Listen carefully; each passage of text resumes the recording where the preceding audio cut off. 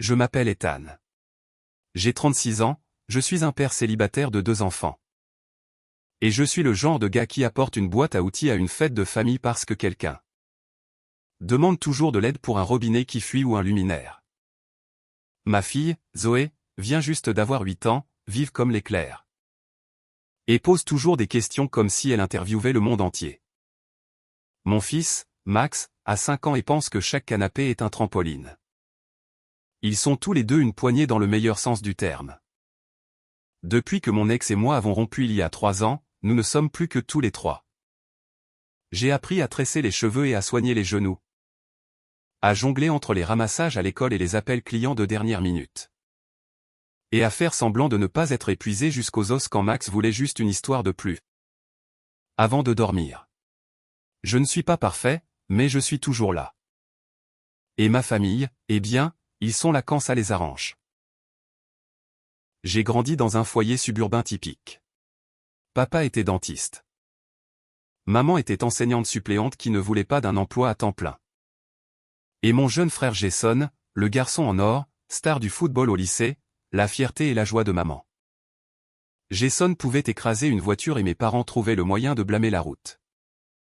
Je pouvais obtenir une augmentation et ils demandaient si Jason m'avait aidé pour l'entretien. Ce genre de dynamique. En grandissant, j'ai arrêté d'essayer de rivaliser pour l'attention. J'ai déménagé à 20 ans, j'ai lancé une entreprise de rénovation domiciliaire avec un ami. Et j'ai tranquillement construit une vie décente pour moi-même. Rien d'ostentatoire, mais assez pour posséder une maison. Payer mes factures et mettre de l'argent de côté pour les enfants. Jason est resté près de la maison, a épousé son amour du lycée, pas d'enfant. Travaille dans l'informatique. Quelque chose de vaguement lié à la tech que nous ne comprenons pas vraiment. Mais qui semble assez important pour qu'on hoche la tête pendant le dîner.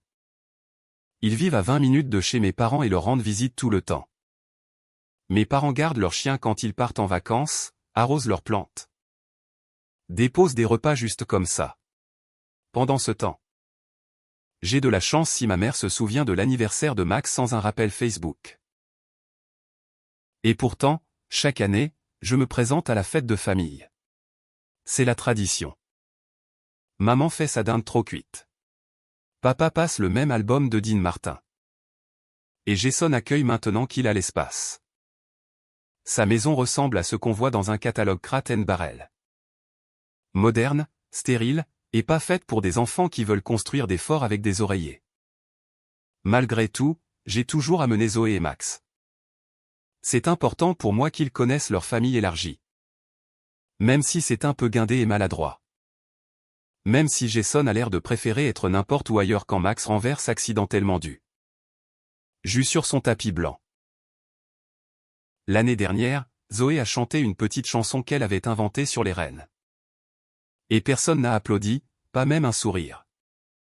Jason était trop occupé à montrer un nouveau gadget à mon père.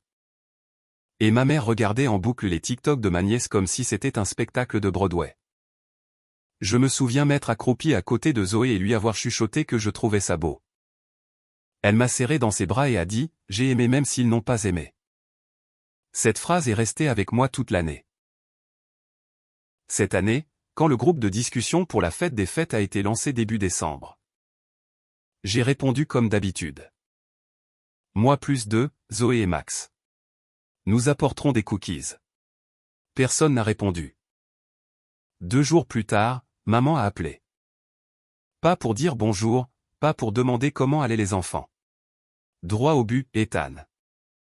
On se demandait si peut-être cette année tu pourrais venir sans les enfants. J'ai ri. Je pensais qu'elle plaisantait. Pourquoi ferais-je ça? Elle a hésité.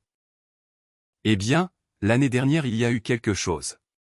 Des renversements. Du bruit. C'était juste beaucoup. Ce sont des enfants. Maman, je sais, mais la maison de Jason n'est pas exactement à l'épreuve des enfants. Et on veut juste que tout se passe bien. Pas de drame cette année. Pas de drame. Cette phrase est restée coincée dans ma tête comme une écharde. J'entendais Jason en arrière-plan, probablement en train de la coacher pendant l'appel. Ma mâchoire s'est crispée. Je n'ai rien dit pendant quelques secondes parce que je savais que si j'ouvrais la bouche tout de suite, je le regretterais. Finalement, j'ai dit, donc, je ne suis pas le bienvenu à moins de venir seul. On ne dit pas ça. Juste, peut-être que ce serait mieux. J'ai raccroché. Je n'ai rien dit aux enfants tout de suite. Qu'est-ce que je pouvais dire? Et vous savez les gens que vous pensez être vos grands-parents et votre oncle? Ils préfèrent que vous ne veniez pas cette année parce que vous êtes incommode. Non. Je l'ai laissé reposer. Je l'ai laissé brûler un peu. Quelques jours plus tard, Jason a posté une photo sur Facebook. Une photo de lui, mes parents et sa femme devant leur sapin, en pyjama assorti, tous souriants. La légende, famille seulement. Paix enfin. C'était le moment. C'était l'étincelle qui a tout allumé. Je n'ai même pas hésité. J'ai partagé la publication avec mon propre commentaire, parfait. Donc les impôts. Les factures et l'entretien sont à toi maintenant. 10 minutes plus tard, la publication avait disparu et mon téléphone n'arrêtait pas de sonner. D'abord maman, puis Jason, puis papa, puis maman encore, puis Jason encore. Je les ai regardés illuminer mon écran comme un centre d'appel en feu. Mais je n'ai pas répondu. J'ai juste regardé le téléphone. Puis la cheminée où Zoé et Max accrochaient les chaussettes que nous avions faites enfeutrer. Paillettes. Zoé fredonnait à nouveau sa chanson de reine. C'est là que le plan a commencé à se former dans ma tête. Une vengeance tranquille. Le genre qu'on ne voit pas venir jusqu'à ce que les fondations sous vos pieds aient déjà disparu. Vous voyez, ce que Jason a oublié, ce qu'ils ont tous oublié. C'est que pendant qu'ils jouaient à la famille parfaite pour les réseaux sociaux, j'étais celui qui tenait tout ensemble en coulisses. Les impôts, l'assurance, la propriété partagée que notre grand-père nous a laissée. Les services publics à mon nom parce que personne d'autre ne voulait la corvée. Le chalet qu'ils adorent tous pour s'échapper. Celui qu'ils pensent qui reste miraculeusement approvisionné et entretenu. Oui, c'est le mien. Ils n'ont jamais remarqué la paperasse.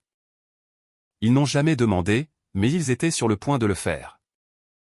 Et j'avais bien l'intention de laisser la vérité se dérouler lentement. Douloureusement et publiquement. Mais d'abord, je devais attendre. Attendre le prochain mouvement. Attendre le moment où il réaliserait que je ne boudais pas simplement. J'en avais fini. Et quand ça est arrivé, c'était plus dur que je ne m'y attendais. Je n'ai pas dormi cette nuit-là. Pas parce que j'étais en colère, même si je l'étais. Mais parce que quelque chose en moi avait changé. Vous connaissez cette sensation quand un puzzle s'emboîte enfin?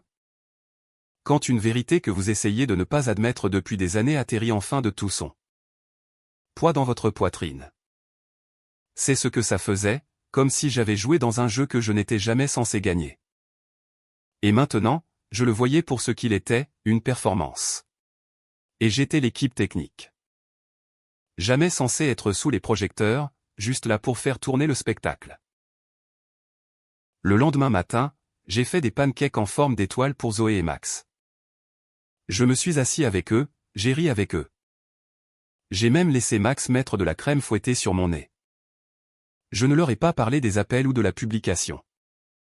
Je ne leur ai pas dit que nous n'irions pas chez Jason cette année. J'ai juste baigné dans leur joie, leur innocence, parce que c'était à moi. Je l'ai construit, pas mes parents, pas Jason. Moi. À midi, j'avais 10 appels manqués et 4 textos de Jason. Vraiment mature. Tu essaies de faire pleurer maman? Tu fais toujours tout tourner autour de toi. On parlera quand tu te seras calmé. Je n'ai pas répondu. Je le connaissais trop bien. Jason a toujours cru que s'il ignorait un problème assez longtemps, quelqu'un d'autre, généralement moi, le réglerait. C'est comme ça que ça avait toujours été. Quand il a bousillé la voiture de papa à 19 ans. C'est moi qui ai appelé la dépanneuse et suis resté avec lui au poste de police. Quand il ne pouvait pas payer les frais d'association de sa première copropriété. Je lui ai prêté l'argent, qu'il n'a jamais remboursé. Quand sa femme a piqué une crise parce que l'électricité était coupée au chalet l'hiver dernier. Devinez qui a conduit 2 heures dans la neige pour réinitialiser le disjoncteur et remplacer le groupe électrogène? Moi. Pas parce qu'il l'a demandé, parce que personne d'autre ne le ferait. Mais quelque chose dans cette légende de la photo, famille seulement. Paix enfin. Était une gifle que je ne pouvais pas ignorer. Ce n'était pas juste une pique passive-agressive. C'était une déclaration. J'avais été exclu. Pire, mes enfants avaient été exclus. Et pourquoi? Pour être incommode. Pour ne pas correspondre à leur version soignée d'une fête parfaite. J'aurais pu laisser tomber. J'aurais pu arranger les choses comme je le faisais toujours. Mais cette version de moi, elle était partie et je ne voulais pas qu'elle revienne. Le vrai point de rupture est arrivé 3 jours plus tard. J'étais au magasin de bricolage pour acheter du sel pour l'aller quand j'ai reçu un appel de ma tante Marie. Tante Marie est la sœur aînée de ma mère, elle vit en Floride la plupart du temps. Mais elle monte pour Noël avec son chien Louis et son sarcasme. Elle ne sucre rien. Ethan, a-t-elle dit sans même un bonjour. Tu ne viens vraiment pas à la fête cette année? Maman lui avait dit ce qu'elle m'avait dit. Elle a dit que j'avais surréagi. Que j'avais fait une scène. Mais je connais ta mère depuis 65 ans et je sais quand elle omet quelque chose. J'ai tout expliqué. L'appel, le commentaire, la publication Facebook, la soudaine inquiétude pour le drame. Elle est restée silencieuse à l'autre bout. Sauf pour une gorgée occasionnelle de ce que j'imaginais être du café ou du vin. Ils m'ont dit que tu ne voulais pas venir. A-t-elle dit finalement. Ils ont dit que les enfants étaient malades et que tu étais trop occupé. Avec le travail. Ma main s'est crispée autour de la poignée du chariot. Il quoi? Ouais. Et puis Jason a fait une remarque sur le fait que c'était probablement pour le mieux. Plus de place pour les gens qui n'apportent pas le chaos avec eux. J'ai failli lui jeter mon biscotti à la figure. J'ai laissé échapper un souffle sec. Merci de me l'avoir dit. Je n'ai pas appelé pour des remerciements. J'ai appelé parce que je veux savoir ce qui se passe. Vraiment. Tu es le seul à tenir cette famille ensemble depuis des années. Et j'en ai marre de les voir prétendre le contraire. C'était la première fois depuis longtemps que quelqu'un le reconnaissait à voix haute. Après avoir raccroché, je suis resté assis dans mon camion longtemps. Les enfants étaient chez leur mère ce jour-là, donc je n'avais pas à faire semblant d'aller bien. J'ai regardé le parking glacé et j'ai pensé à chaque fois où j'avais couvert pour eux. Chaque fois où j'avais laissé passer quelque chose parce que c'était plus facile que de commencer. Une dispute. Chaque fois où je me disais, c'est juste comme ils sont. Plus jamais. Je suis rentré à la maison et j'ai sorti le coffre-fort ignifugé de mon placard. À l'intérieur se trouvaient tous les documents dont personne d'autre ne se souciait jusqu'à maintenant. L'acte du chalet, que notre grand-père a laissé aux petits-enfants, au pluriel, dans son testament. Les factures de services publics, tout à mon nom. Les papiers de la LLC que j'avais déposés pour gérer les dépenses du chalet avec moi comme seul gérant. Les reçus d'entretien, les factures de réparation. Les photos du chien de Jason mâchant les garde-corps de la terrasse que j'avais payé pour remplacer. Tout ça. J'ai commencé à scanner et organiser, non pas pour commencer une dispute, mais pour construire une chronologie. Parce que s'ils voulaient me traiter comme si je ne faisais pas partie de la famille. Ils étaient sur le point de découvrir ce que la famille signifiait vraiment légalement. Financièrement et émotionnellement. Le prochain texto est venu de ma mère. Chérie. Ne faisons pas plus grand que ça. Nous sommes tous fatigués. Jason ne voulait rien dire par là. Publication. Peux-tu s'il te plaît arrêter de remuer les choses? J'ai fixé le message. Pas d'excuses, pas de responsabilité, juste de la déviation comme toujours. C'est là que j'ai su qu'il ne pensait pas avoir fait quelque chose de mal. C'est là que j'ai réalisé qu'il n'allait pas changer. J'ai répondu. Tu m'as demandé de ne pas amener tes petits-enfants parce que tu ne voulais pas de drame. Jason a fait une publication publique en se moquant de nous.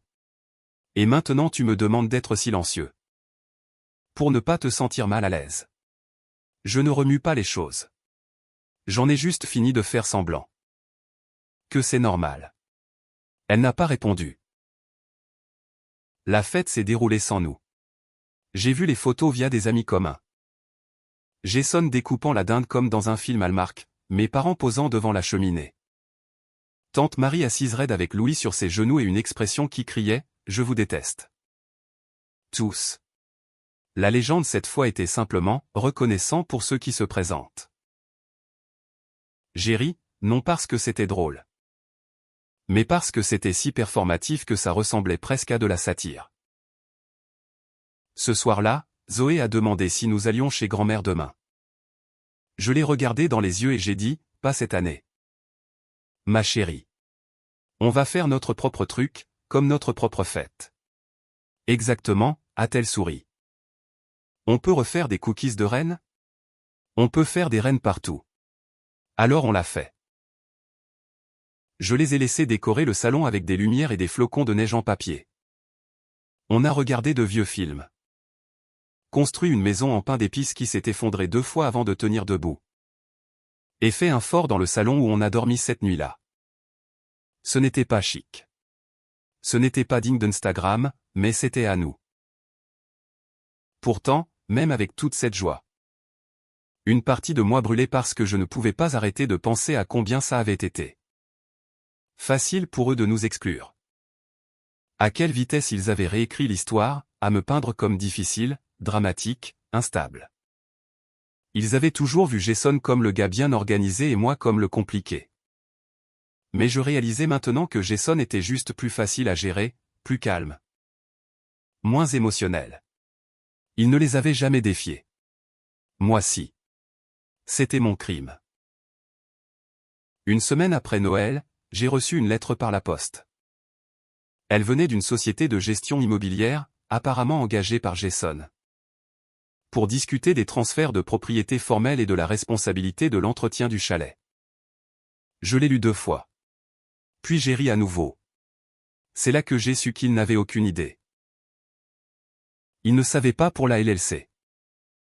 Il ne savait pas que l'acte exigeait un consentement unanime pour la vente ou le transfert. Il ne savait même pas que les impôts avaient été payés de ma poche ces 6 dernières années. Il pensait qu'il pouvait simplement prendre le relais parce que maman et papa lui avaient dit que c'était à lui maintenant. C'était le moment où j'ai arrêté d'être en colère. C'était le moment où j'ai commencé à planifier la réponse.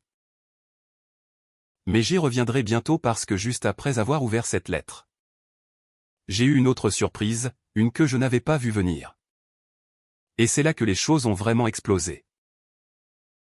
La lettre est restée sur la table de la cuisine pendant des heures. Je ne l'avais même pas remise dans l'enveloppe. Je l'avais juste laissée là en évidence comme un trophée ou peut-être une scène de crime. Jason avait officiellement décidé de gérer le chalet. Le même chalet pour lequel il n'avait pas levé le petit doigt depuis plus d'1 décennie. Le même qu'il avait laissé déverrouiller après un week-end et dont il m'avait ensuite blâmé quand les tuyaux avaient gelé et éclaté. Pendant une brève seconde, j'ai senti quelque chose d'aigre monter dans ma poitrine. Pas de la colère cette fois, de l'épuisement. Je ressentais soudain chaque soirée tardive passée à réparer un chauffage en panne. Chaque samedi à transporter du bois de chauffage sur le chemin glacé. Chaque reçu que j'avais payé de ma poche parce que, je te virement plus tard, n'était jamais venu. Ça m'a frappé d'un coup. J'en avais assez de prouver ma valeur à des gens qui n'avaient même jamais demandé ce que ça me coûtait de tout faire tourner. Cette nuit-là, après que Zoé et Max soient couchés, je me suis fait une tasse de thé et je me suis assis seul dans le salon. Je n'ai pas allumé la télé, juste le silence. Juste moi et cette stupide lettre et le bourdonnement discret du chauffage qui se mettait en marche. Et pour la première fois depuis longtemps, je me suis posé une question que j'avais trop peur d'affronter. Que se passerait-il si je lâchais simplement prise, sans abandonner, sans fuir? Juste arrêter de tout tenir ensemble? Et si j'arrêtais d'être le gars qui se présente quoi qu'il arrive? Et si j'arrêtais de porter le poids d'une famille qui n'avait jamais offert de me porter une seule fois? Le lendemain matin, j'ai rédigé une réponse à la société de gestion immobilière.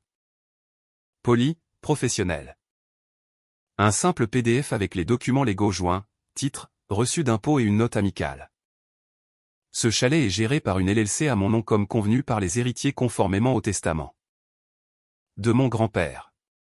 Toutes les responsabilités financières, l'entretien et la responsabilité légale sont actuellement gérés via cette structure. Tout changement nécessite le consentement complet de toutes les parties. Si Jason souhaite contribuer au coût annuel ou participer à la planification future, il est le bienvenu pour programmer une réunion. Sinon, aucun transfert ou réaffectation n'aura lieu. Je n'ai pas mis Jason en copie. Je voulais que ça lui parvienne de seconde main. J'imaginais le moment où il recevrait l'email transféré. Son visage qui s'affaisse, la confusion, la panique pour comprendre ce que signifiait LLC. La prise de conscience que malgré tout son contrôle arrogant sur le groupe de discussion familiale et les invitations aux fêtes, il ne possédait pas réellement la seule chose dont il se vantait de prendre le contrôle. Mais voilà la tournure. Ça ne faisait pas l'effet d'une victoire. Pas tout de suite. Parce que ce qui m'a frappé après avoir envoyé cet email était un sentiment de vide auquel je ne m'attendais pas. J'avais passé des années à lier ma valeur à mon utilité. J'étais le fiable, le réparateur, celui qui gérait les choses. Maintenant que j'avais posé une limite, maintenant que j'avais arrêté de répondre à leurs appels, qu'est-ce qui restait? Juste moi. Ethan, père célibataire, entrepreneur en rénovation. Fils de 2 personnes qui n'ont pas appelé à Noël. Frère de quelqu'un qui faisait comme si je n'existais pas sauf s'il avait besoin de quelque chose. Et pendant un petit moment, cette réalité m'a brisé. Quelques semaines plus tard en janvier, le silence de ma famille est devenu plus fort. Pas de suivi de maman, pas d'excuses, pas de « comment vont les enfants ?» Juste un silence radio total. J'ai vu une nouvelle publication de Jason. Lui et sa femme étaient partis skier à Aspen. La légende disait, parfois la distance est le meilleur remède. Une pique pas si subtile, je suppose.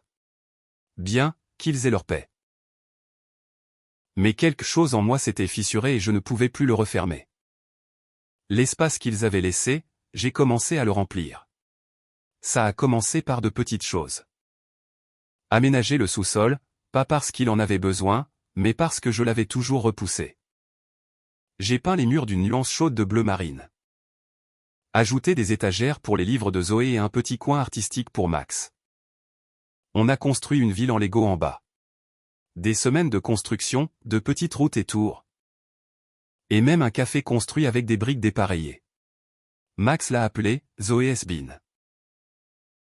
J'ai recommencé à tenir un journal. Rien de fancy, juste des pensées, des choses que je n'avais jamais dites à voix haute. La douleur d'être toujours le deuxième choix. La façon dont ma mère balayait mes sentiments avec un rapide « ne sois pas si sensible ». La façon dont Jason levait les yeux au ciel quand je parlais de mon entreprise comme si c'était un hobby. L'écrire ne le faisait pas disparaître, mais ça le rendait réel, tangible, à moi. Et puis quelque chose d'inattendu s'est produit. Un client pour qui j'avais fait une rénovation de cuisine il y a 1 an m'a recommandé à un ami. Puis cet ami à quelqu'un d'autre. Soudain, j'avais plus de travail que je ne pouvais en gérer. Un projet en a entraîné 3. Une petite rénovation de salle de bain est devenue une rénovation complète de maison. J'ai commencé à embaucher de l'aide. Un copain de l'université entre 2 emplois, puis un sous-traitant pour l'électricité. Avant que je m'en rende compte, je ne survivais plus. Je grandissais. Zoé a remarqué le changement avant moi. Papa, a-t-elle dit un soir pendant qu'on faisait des grillés cheese, tu souris plus maintenant. J'ai cligné des yeux. Oui. Tu n'as pas l'air fatigué tout le temps. Ça m'a frappé plus fort que ça ne l'aurait dû parce qu'elle avait raison. J'avais passé si longtemps à tourner sur la réserve en essayant de répondre à des attentes qui n'étaient pas les miennes. Maintenant que je ne cherchais plus leur approbation. J'avais de l'énergie restante pour ce qui comptait vraiment. On a commencé de nouvelles traditions. Pancake et pyjama le dimanche soir. Marathon de film le vendredi où Zoé choisissait le film et Max s'endormait à mi-chemin. Pour la Saint-Valentin. Zoé a fait des cartes pour toute sa classe et Max m'en a dessiné une qui disait « Tu es le meilleur cuisinier et le meilleur réparateur. » Je n'ai pas pleuré. D'accord, j'ai pleuré un peu. Et puis est venu l'appel qui a tout changé. Fin février. J'étais à genoux en train de caroler la salle de bain d'un client quand mon téléphone a sonné. Je ne reconnaissais pas le numéro, mais j'ai répondu quand même. En m'attendant à un client potentiel. Bonjour, est-ce Ethan Rod? Oui. C'est Olivia Morgan. Je travaille chez Wyndham Property. Votre nom est apparu lors d'une réunion. Sur les rénovations historiques. J'espère que je ne vous dérange pas à un mauvais moment.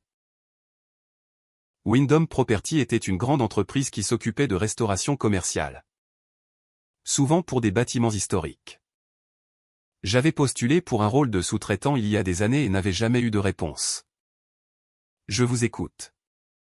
Il supervisait une rénovation d'une ancienne banque du centre-ville transformée en galerie d'art. Et café. Il cherchait quelqu'un pour gérer la menuiserie intérieure et l'agencement tout en préservant les éléments d'origine. Mon nom avait été recommandé 2 fois. Serais-je intéressé par une réunion? J'arrivais à peine à y croire. On a fixé une date. Je suis entré dans cette réunion avec des plans sous le bras et une voix dans ma tête disant « Ils vont te rire au nez. » Mais ils ne l'ont pas fait. Olivia était chaleureuse, réfléchie, et avait fait ses devoirs. On a aimé comment vous avez équilibré design moderne et éléments d'origine dans la rénovation de la maison Lambert, a-t-elle dit.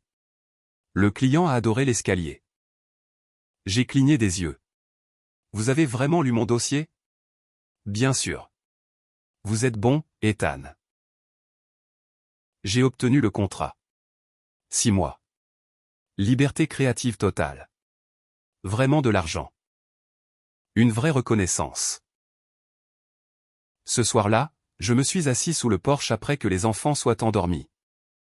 J'avais une tasse de thé dans une main et le dessin de Max dans l'autre. Les étoiles étaient dehors. L'air était froid, mais pas mordant. Et je me suis permis de le ressentir pour une fois. De la fierté.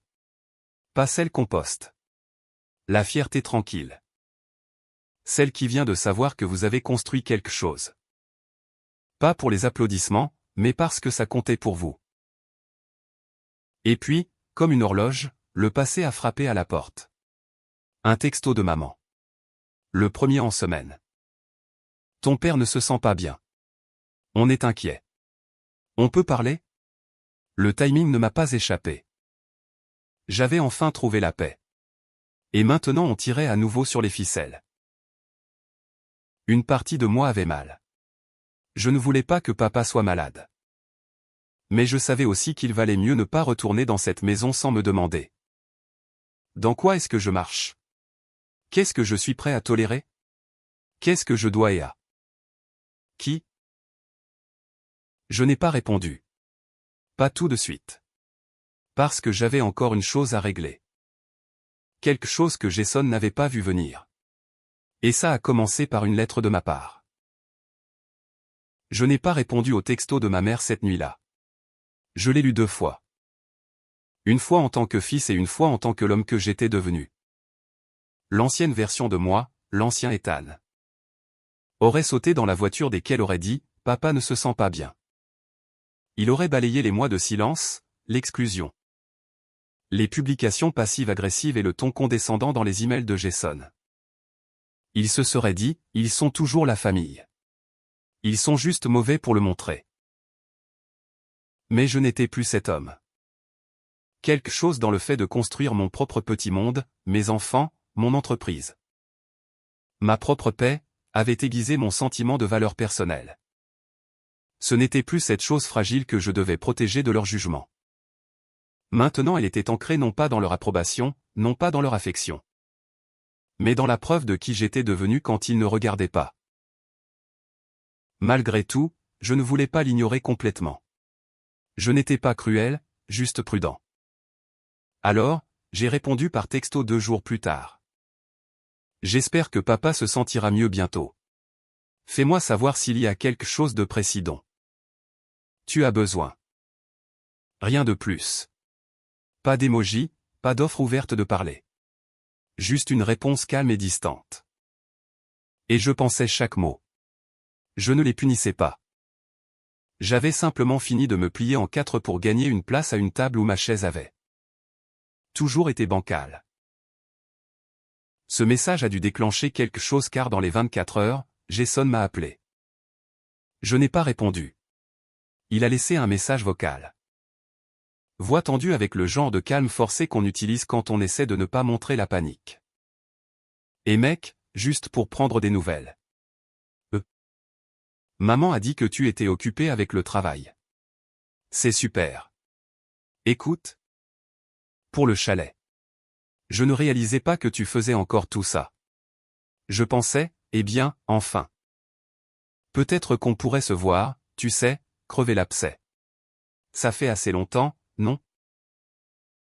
J'ai fixé le téléphone longtemps après ça. Assez longtemps. Je me demandais ce que ça signifiait même pour lui. Y avait-il une limite de temps pour l'exclusion, pour le manque de respect? Pensait-il que s'il attendait assez longtemps, j'oublierais tout? C'est là que l'idée est venue. Pas un plan rempli de rage. Pas un moment de vengeance hollywoodien dramatique, mais quelque chose de calme, stratégique. Précis. Je ne voulais pas crier. Je ne voulais pas expliquer. Je voulais leur montrer. Montrer à tout le monde à quoi ça ressemblait quand le gars derrière le rideau entrait dans la lumière. J'ai commencé par le chalet.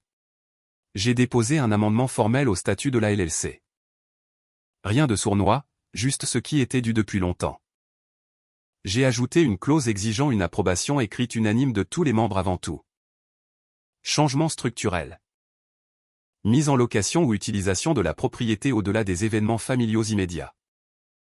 C'était légal, juste, transparent. J'avais l'autorité de gestion exclusive après tout. Puis j'ai engagé une avocate locale, Sarah Whitman. Intelligente, directe. Et très bonne pour traduire les dynamiques familiales passives-agressives en langage juridique à toute épreuve.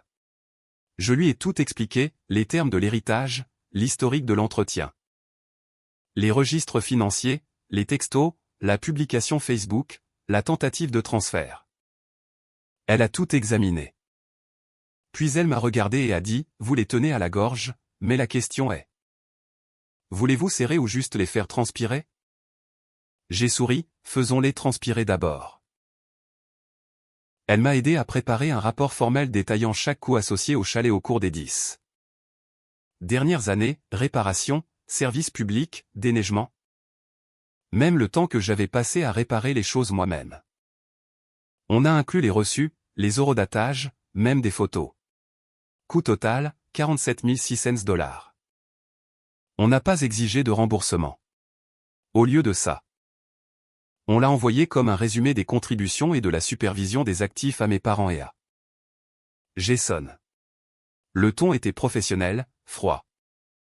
Même le genre de document qu'on reçoit quand quelqu'un avertit poliment que le voyage gratuit est terminé. Joint était une simple note de Sarah. Veuillez noter que toute utilisation future du chalet familial rôde sans approbation écrite. Express sera considérée comme une violation de propriété. Si Monsieur Jason Rhodes ou toute autre partie souhaite discuter des termes de contribution ou formaliser une responsabilité partagée de propriété, Monsieur Ethan Rhodes est ouvert à une discussion médiée. Sinon, l'utilisation continue de la propriété sans participation contractuelle ne sera plus autorisée. Le message était clair, vous n'avez pas le droit de m'exclure, puis de réclamer les choses que j'ai construites. J'ai minuté l'email parfaitement. Mercredi, 9 heures précises. Je voulais qu'ils l'ouvrent avec leur café du matin, juste au début de la journée de travail. Juste quand ça ruinerait toute leur humeur. La réponse de Jason est venue 3 heures plus tard, c'est quoi ce bordel? Je l'ai ignoré. Maman a appelé ce soir-là. Ethan, a-t-elle dit. La voix légèrement tremblante. C'est inutile. Tu en fais plus que nécessaire. Je protège ce qui est à moi, ai-je dit calmement. Tu m'as appris à être responsable. Je suis responsable. Ce n'est pas comme ça que la famille gère les choses. Non. Je suis d'accord. La famille ne dit généralement pas à un père qu'il ne peut pas amener ses enfants à Noël. Puis poste une photo en disant paix enfin. Ce n'est pas non plus comme ça que la famille gère les choses. Silence. Puis elle a dit quelque chose qui m'a stupéfié. Je ne savais pas que Jason avait écrit cette légende. J'ai cligné des yeux. Il a posté la photo. Maman, je veux dire? Je ne savais pas ce qu'elle disait. Je n'ai plus Facebook. Il m'a montré la photo mais pas la légende. Je ne savais pas si je devais la croire, mais une partie de moi, juste une partie, le voulait. Malgré tout, j'ai tenu bon. Eh bien, maintenant tu sais. Elle a soupiré. On veut juste que les choses reviennent à la normale. Elles le sont déjà, ai-je dit. Ma normale n'inclut simplement plus le fait d'être utilisée. Clic, elle a raccroché. Et c'était bien parce que pendant que cette tempête couvait tranquillement sur le front familial, quelque chose d'encore plus grand prenait forme en coulisses. Le projet Windom battait son plein. En mars, je dirigeais une équipe complète. J'avais une designer, 2 entrepreneurs et une assistante. Zoé aidait à peindre des échantillons de couleurs le week-end. Max appelait le bâtiment, le château de papa. J'ai documenté tout, avant-après, vidéos en accéléré, liste de fournisseurs.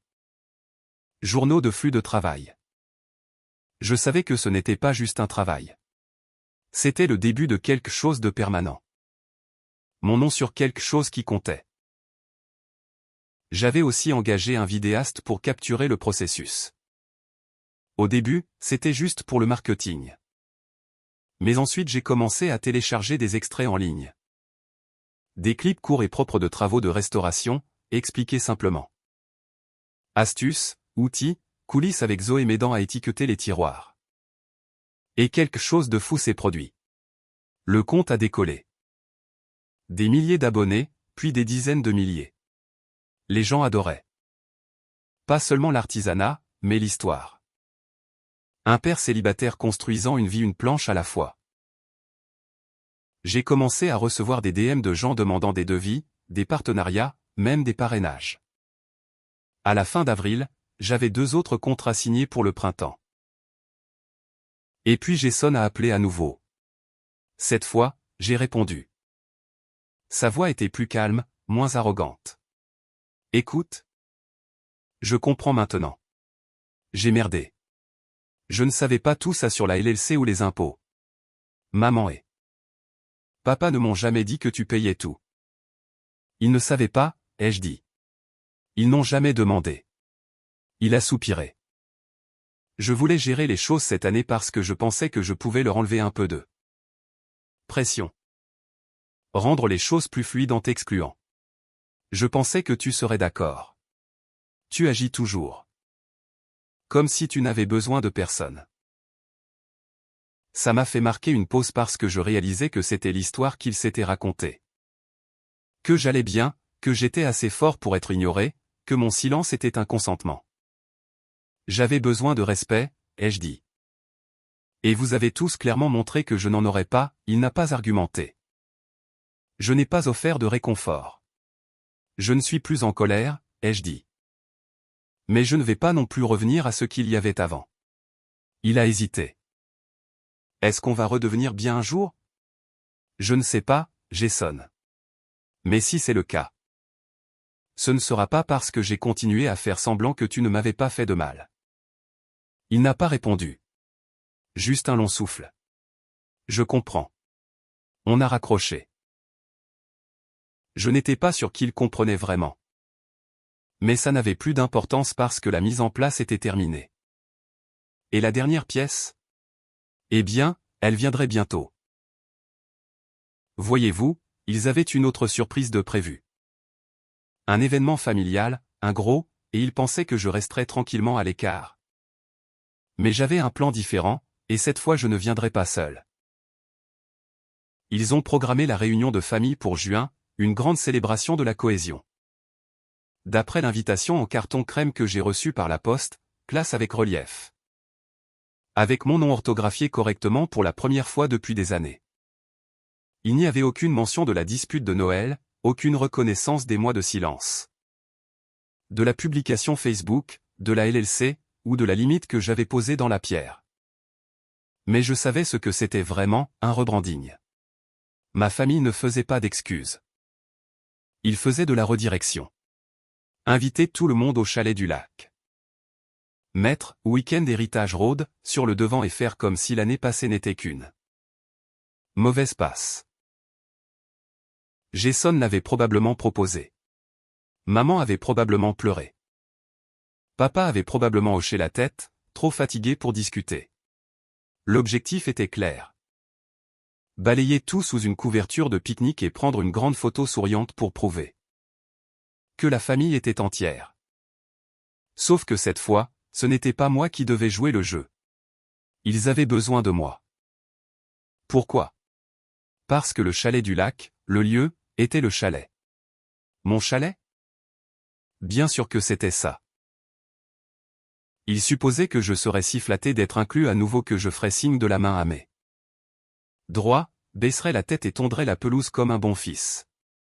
Et c'était leur erreur fatale. Voyez-vous, ils avaient oublié que je ne possédais pas juste le chalet sur papier. Je le possédais émotionnellement, financièrement et logistiquement. Ils avaient oublié qu'il avait empêché de s'effondrer toutes ces années. Et plus important, ils avaient oublié qui j'étais devenu depuis qu'ils m'avaient exclu.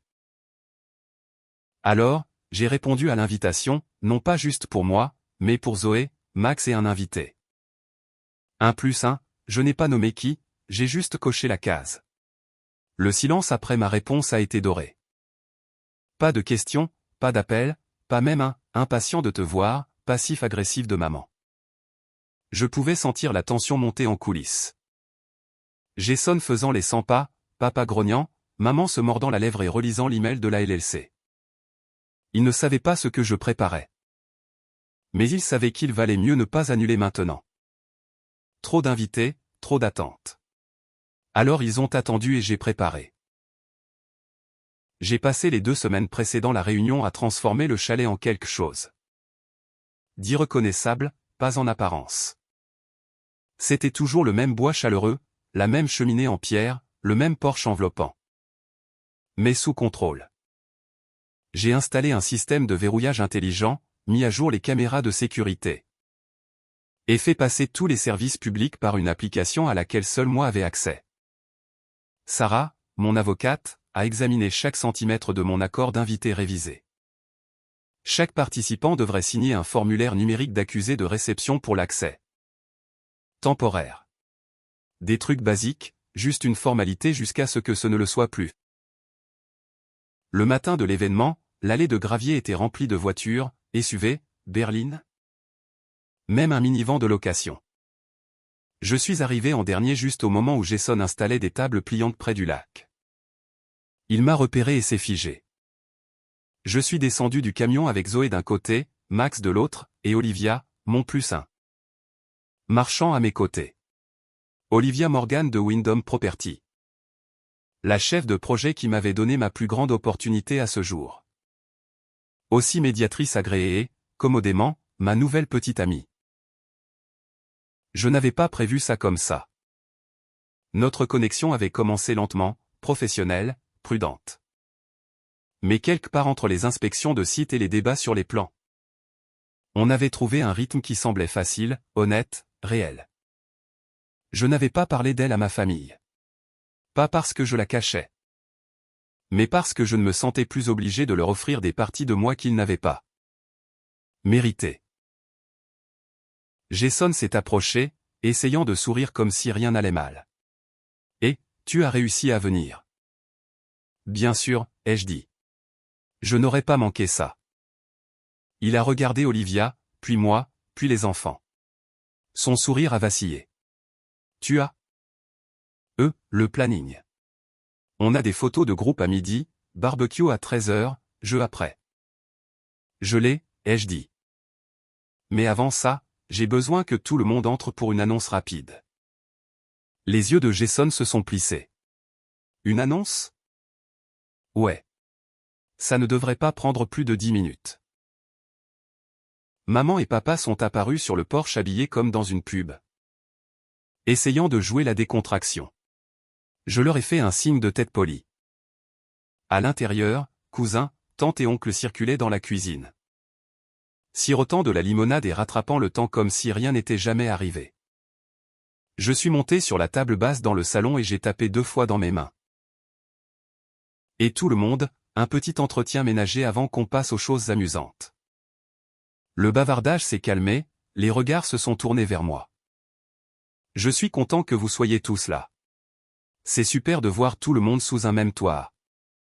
Nouveau, surtout sous ce toit. Quelques rires polis. J'ai souri. Ce chalet a beaucoup signifié pour nous tous au fil des années. Et comme la plupart d'entre vous le savent. Il a été laissé aux petits-enfants par notre grand-père. Ce que vous ne savez peut-être pas, c'est que pendant les 10 dernières années, j'ai été le seul responsable de son entretien, de son financement et de sa gestion via une LLC légale. Des murmures. Jason s'est déplacé inconfortablement près de la cheminée. J'ai continué, ça inclut les impôts, les réparations, l'assurance, les services publics, le déneigement et l'entretien structurel. J'ai dépensé près de $50 000 de mon argent personnel pour le maintenir debout, et des milliers d'heures de travail. J'ai sorti des copies imprimées du rapport que j'avais envoyé plus tôt dans l'année et j'ai commencé à les distribuer. Jusqu'à aujourd'hui. Je n'ai jamais demandé de remboursement. Jamais demandé de crédit. Mais maintenant que le chalet est utilisé pour un grand événement familial avec des invités que je n'ai pas invités et sans approbation préalable, je mets à jour mes conditions. Silence de mort. Jason a ouvert la bouche, mais j'ai levé la main. Le rassemblement de ce week-end est autorisé, bien sûr, mais à l'avenir. Tous les membres de la famille souhaitant utiliser le chalet individuellement ou pour des événements. 2 groupes devront soumettre une demande écrite et signer un accord d'utilisation comme pour toutes autres propriétés gérées. Juste, professionnel, transparent. La voix de maman a tremblé, Ethan, ce n'est pas nécessaire. Ça l'est, ai-je dit calmement. Vous l'avez rendu nécessaire. Olivia s'est avancée et a commencé à distribuer des codes d'accès numériques via des cartes QR. Veuillez scanner ceci sur vos téléphones, a-t-elle dit avec aisance. Ils enregistreront votre présence et activeront le système de verrouillage intelligent. Quiconque ne s'enregistre pas n'aura pas accès à la propriété après ce week-end. Papa s'est éclairci la gorge. C'est ridicule. Tu nous traites comme des locataires. Non, ai-je dit. Je vous traite comme des adultes. J'ai laissé ça flotter dans l'air. Jason est devenu rouge.